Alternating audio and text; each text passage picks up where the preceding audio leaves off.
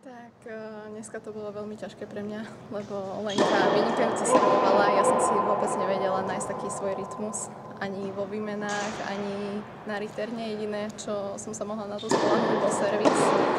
Takže fakt som ráda za toto víťazstvo, že som to vybojovala a dúfam, že v ďalšom kole príde už do toho aj lepšia hra. A v čom ťa tak najviac prekvapila? 16-ročná hráčka, mladá? Tak nedá sa povedať, že ma prekvapila. Ja som čakala, že ona do toho pôjde, predsa len sa jej hra ľahšie, lebo nemá čo stratiť a vedela som, že dobre servuje, takže neprekvapila ma ani tak ničím. Ako si spokojná ty s úvodom sezóny? Hneď v úvode si vlastne získala titul v Káhire. Ako sa cítiš herne?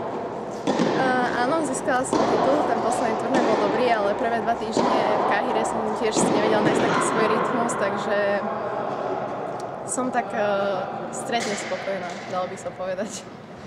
A ambície na tomto turnaji sú aké z tvojej strany? Tak ja na každý turnaj idem s tým, že ho chcem samozrejme vyhrať, lebo bez toho by som to nemalo ani význam sem chodiť, takže urobím všetko pre víťazstvo.